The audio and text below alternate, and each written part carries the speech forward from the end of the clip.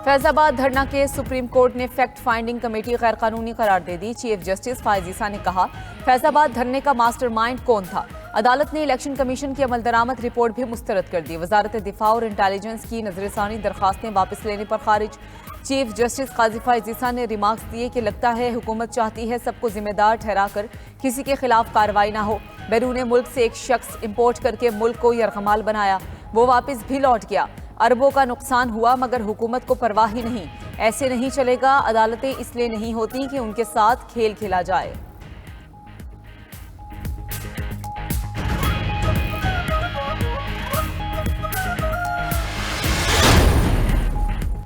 पैमरा ने supreme court में नजरसानी दरख्वास्त वापस लेने की इस्तदा की।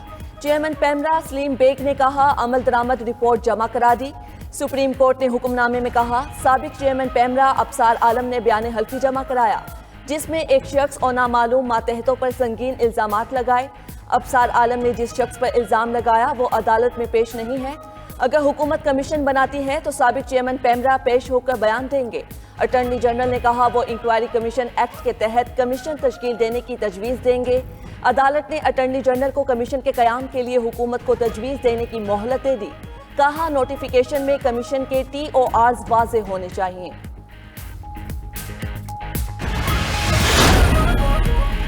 सुप्रीम कोर्ट ने इजाजुल हक की हद तक नजरसानी दरखास्त निपटा दी। सुप्रीम कोर्ट के हुक्मनामे के मुताबिक इजाजुल हक ने ISI रिपोर्ट में जिक्र होने पर नजरसानी दरखास्त दायर की।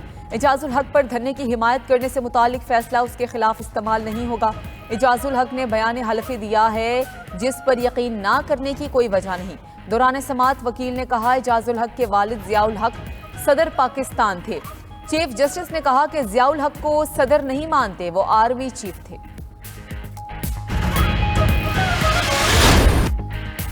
गैर कानूनी तौर पर मुकीम गैर मुल्कियों के खिलाफ ऑपरेशन। मुख्तलिफ शहरों में दर्जनों तारकीन वतन जेर हिरासत, होल्डिंग सेंटर्स मुंतकिल। रावलपिंडी और इस्लामाबाद में 100 से ज्यादा गैर कानूनी तारकीन पकड़े गए। कराची में 200 गैर कानूनी तारकीन को कैंप में मुंतकिल कर दिया गया। अटक में 100 से ज्यादा गैर कानूनी मुकीम गैर मुल्की कैंप मुंतकिल। लाहौर में ठोकर नियाज बेग पनागाह पर कैंप कायम। अडियाला जेल से 64 अफगान तूखम बॉर्डर रवाना किए गए।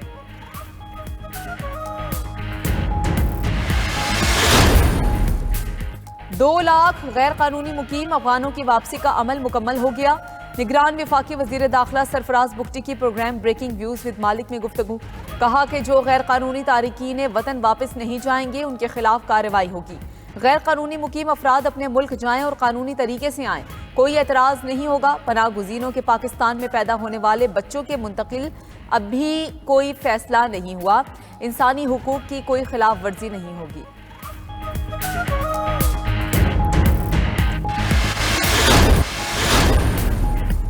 नून लीग ने इंतखाबात के लिए इलेक्शन सेल और पार्लिमानी बोर्ड बना दिया। उम्मीदवारों से दरखास्तों की वसूली शुरू। टिकट के ख्वाहिशमंद 10 नवंबर तक फीस के साथ फॉर्म जमा करा सकेंगे। कौमी असम्बली के लिए टिकट फीस 2 लाख और सूबाई असम्बली के लिए 1 लाख रुपए मुकर्रर। दूसरी जानिब नून लीग का माजी की कारकर्दगी को इंतखाबी बयानिया बनाने का फैसला। टिकटों की तकसीम के बाद कायद नून लीग नवाज शरीफ इंतखाबी मुहिम और जलसे शुरू करेंगे। सानिहा नोमे में मुलव्विस किरदारों से कोई बात ना करने का फैसला।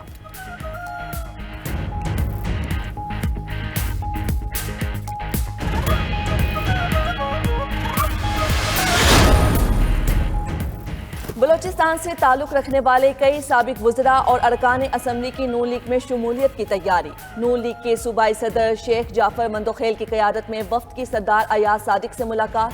साबिक वज़रा दोस्तीन डोमकी, अब्दुल रहमान खेतरान, नूर मोहम्मद दम्मड़, मोहम्मद खान लहड़ी, अब्दुल गफ्फार लहड़ी शरीक, अब्दुल करीम नौ शेरवानी, मसूद लोनी, मोहम्मद खान तूर, मुजीबुर रहमान हसनी और दीगर भी मुलाकात में मौजूद थे। तमाम रहनुमा नून लीग में शमूलियत पर आमादा। बाज़ाब्ता ऐलान नवाज शरीफ की कोयटा आमद पर करेंगे।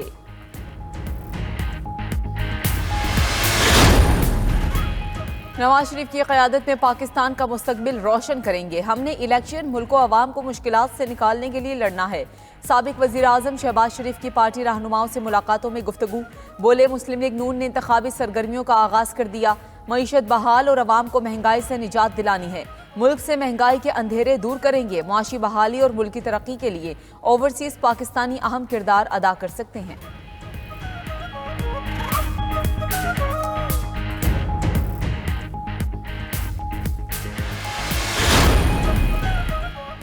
पहले भी पाकिस्तान को बचाया, अब भी बचाएंगे। भरपूर तैयारी के साथ इंतखाबात के मैदान में उतरेंगे।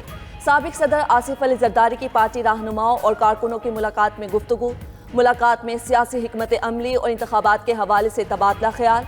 आसिफ जरदारी ने मजीद कहा, कारकुन जमहूरियत और आइन की बालादस्ती की जंग में सफ़े अव्वल के सपा।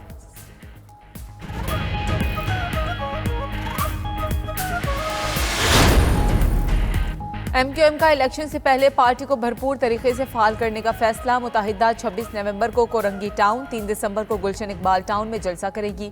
MQM की राबता कमेटी और सेंट्रल ऑर्गेनाइजिंग कमेटी के मुश्तरका इजलास में अहम फैसले। ज़राए MQM के मुताबिक मुश्तरका इजलास में जलसों का शेड्यूल तय हो गया।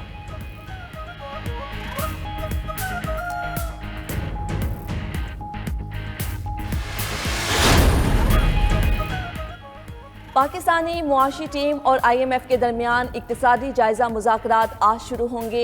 IMF जायजा मिशन की 15 रोज़ा दौरे पर पाकिस्तान आमद। कामयाब इक्तिसादी जायजा मुकम्मल होने पर $71 करोड़ की किस्त मिलेगी। इक्तिसादी जायजा मुज़ाकरात के लिए तमाम वजारतों की कारकर्दगी रिपोर्ट मुरतब कर ली गई। दूसरी जानिब IMF जायजा मुज़ाकरात से कबल डीजल पर लेवी में ₹5 का इजाफा। लेवी 55 से बढ़ाकर ₹60 फी लीटर कर दी गई। पंजाब में स्मोक एमरजेंसी नाफिज, स्कूल्स में तलबा और तालिबात के लिए मास्क पहनना लाजिम। वजीर आला मोहसिन नकवी ने इजलास में कहा, अवाम से भी अपील है कि मास्क का इस्तेमाल करें। PDM में पंजाब ने स्मोक को आफतजदा करार दे दिया। स्मोक एमरजेंसी फौरी नाफिज करने का हुक्म लाहौर हाईकोर्ट ने दिया। PDMA को भी शामिल करने की हिदायत और हुक्मनामा जारी।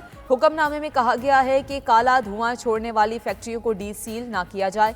स्कूल्स में बच्चों को स्मोक के खिलाफ आगाही दी जाए।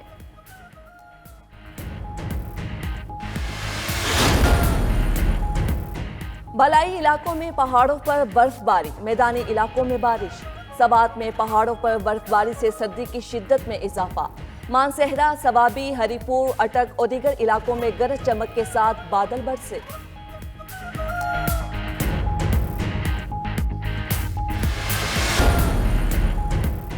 बलाई इलाकों में पहाड़ों पर बर्फबारी, मैदानी इलाकों में बारिश। सवात में पहाड़ों पर बर्फबारी से सर्दी की शिद्दत में इजाफा। मानसहरा, सवाबी, हरिपुर, अटक और दीगर इलाकों में गरज चमक के साथ बादल बरसे।